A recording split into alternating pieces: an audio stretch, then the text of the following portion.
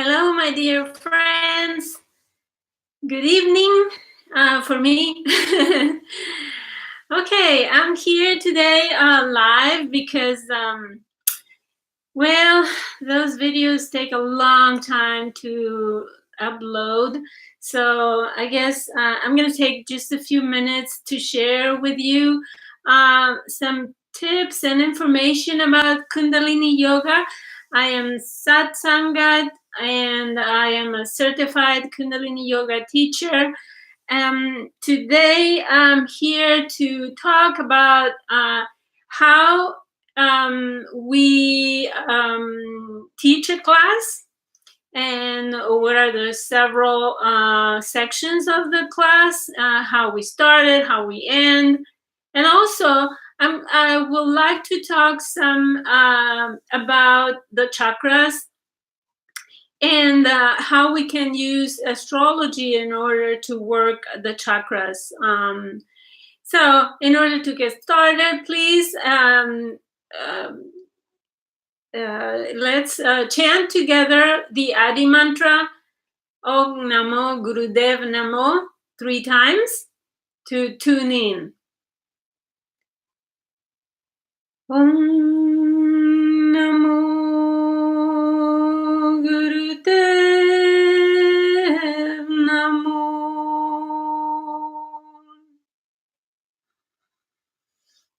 Om Namo Gurudev Namo.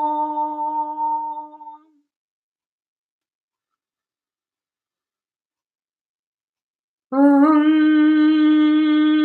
Namo Gurudev Namo.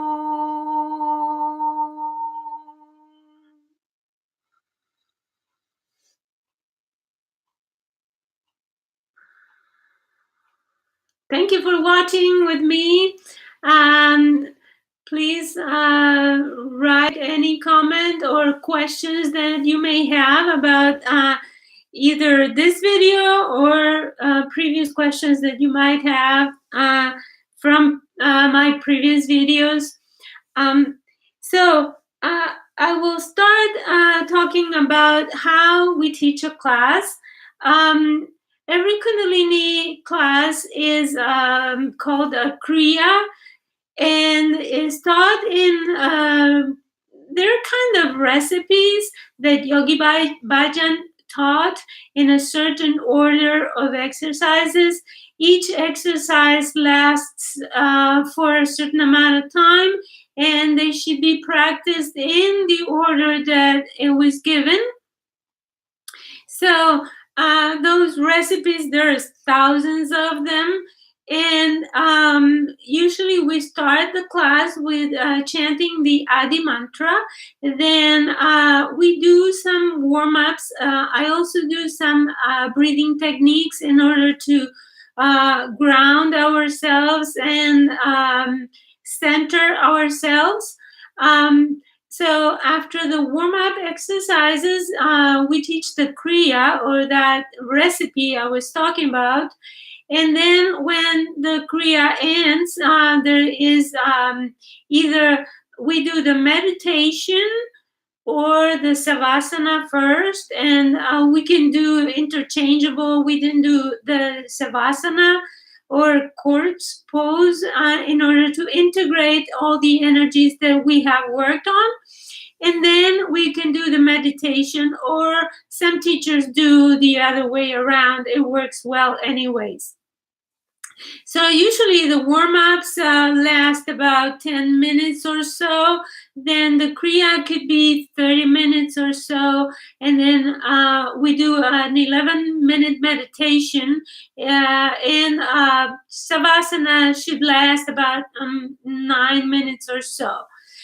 Some teachers use the gong in order to do the relaxation deeply. And that's the way yoga class goes. So, but tonight I wanted to talk more about the chakra system. I wrote in the description box the chakra numbers. In Kundalini Yoga, it is described that we have 8 chakras, 7 in the body and the aura that surrounds us. So the first chakra is the root chakra. The second is sacral chakra. Third one is the solar plexus. The fourth chakra is the heart. And the fifth is the throat. And 6 is the third eye. And 7 is the crown chakra on top of the head. Those are energy vortex that spin in the clockwise direction, and they often have colors.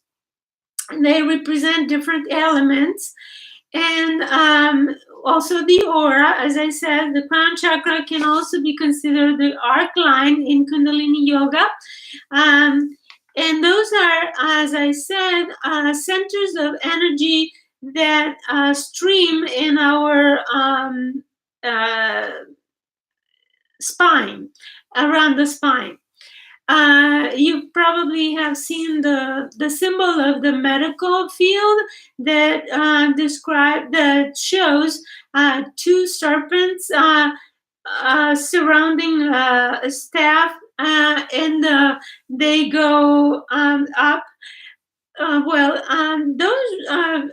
That is a very ancient symbol that represents the channels of energy around the spine, and they are called Ida and Pingala, and is the whole thing is called the Shushmana.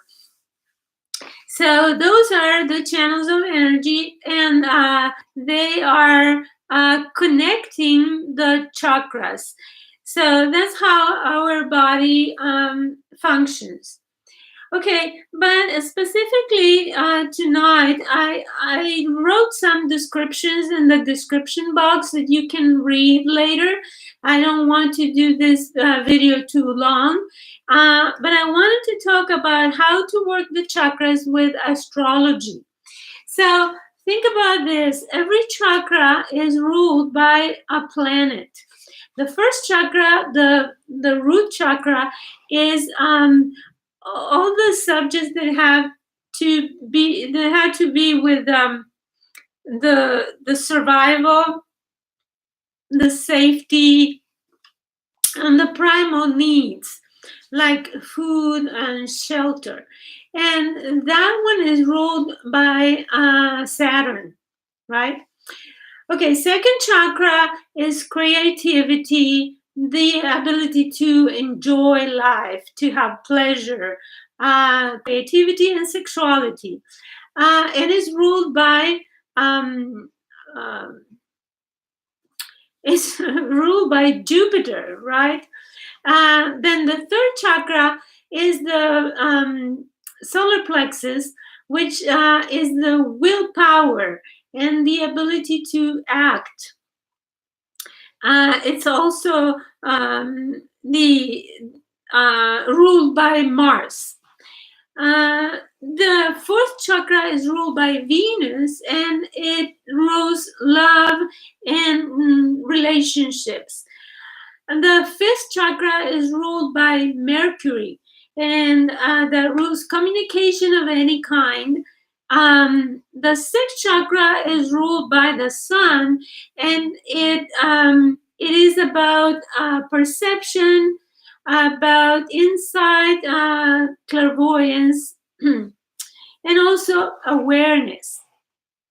The seventh chakra is the intuition and the communication with higher self, and is ruled by the moon, right?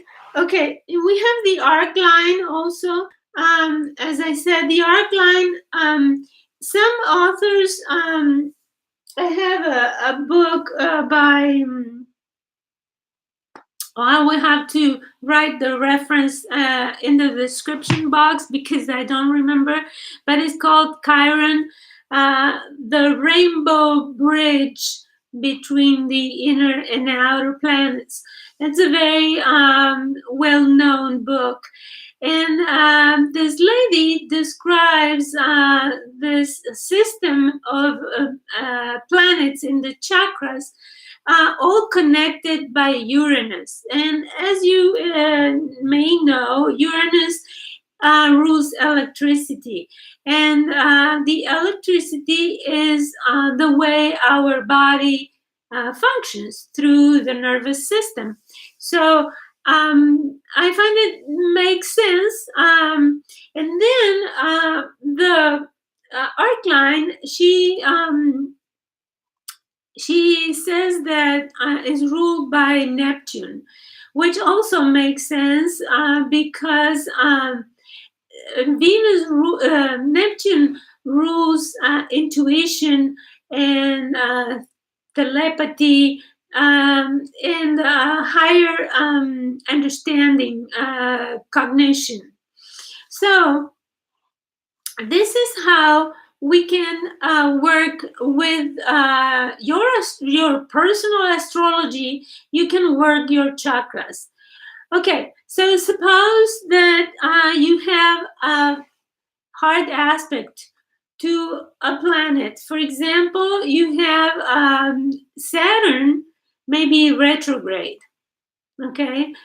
Or Saturn may be in Cancer where it is a detriment, debilitated in some way by a hard aspect, for example, square to some other planet like Pluto or any other planet that is having a difficult influence. Okay, so then you probably will have some issues with the first chakra and the things that it rules. Survival, problems with having enough money to survive and to buy whatever you need, right? So another thing that could happen is Mercury. For example, you can have hard aspects, you can have it debilitated, for example, in Cancer, or you can have Mercury in conjunct, which makes the planet either too much or none at all. Meaning that you may be communicating things inappropriately or out of context and things like that, or decide not to communicate at all. That's in conjunct.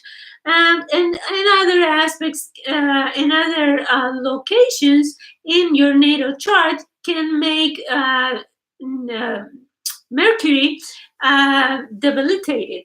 So what you do is you work on the fifth chakra, because you may have problems, issues with your communication. For example, communicating too strong or not at all, inappropriately, having a hard time. For example, if Mercury is retrograde, some people may have difficulties expressing their ideas. Another thing is when is conjunct or in hard aspect with Saturn. Saturn is restrictive. It dries out. So see how it works. For example, Jupiter. If Jupiter is in Gemini, for example, that will be his detriment. So Jupiter won't be as strong, and you may have issues with your second chakra, like, for example, problems conceiving, if you want to have a baby, and things like that. So you can tailor, or I can tailor your Kundalini yoga practice in order to work on the second chakra in that case. For example, if your sun is a detriment, for example, the sun is a detriment in Aquarius, or it could be, for example, if it is square Neptune, then the person has a difficult time knowing who he or she is. And so we can work then the sixth chakra in order to develop or strengthen the sun or the sixth chakra. So other things could be, for example, the position of the moon in the natal chart. Sometimes if the moon is in Capricorn, like mine is, you have a hard time expressing your feelings, even identifying your feelings. And is also the moon in Capricorn is restricting and blocking the feelings and the emotions. So in that case, the seventh chakra should be worked. And also, if this planet is in hard aspect to another planet, we can also work on the chakra the other planet is ruling. For example, if it's conjunct Saturn, we can work on the first chakra and on the seventh chakra. And actually, the chakras are also in pairs, related in pairs. So, except the heart chakra, which is the center, but the seventh chakra is related to the first, the second chakra to the sixth. So, there you have the creativity, right? And the third chakra to the fifth. So the willpower is related to the communication. So usually when one of the chakras is suffering because the planet is not well positioned in your natal chart, then the other chakra is also affected. So I hope this can clarify some. I've had some people from certain yoga groups and astrology groups that I follow asking about this. What are the planets that rule the chakras and how the signs, the zodiac signs, relate to the chakras? And this is the way they relate, and this is also the way that you can work with them in order to help yourself. So Satnam, thank you for watching, and I wish you the best and keep practicing Kundalini. Good night. Bye-bye.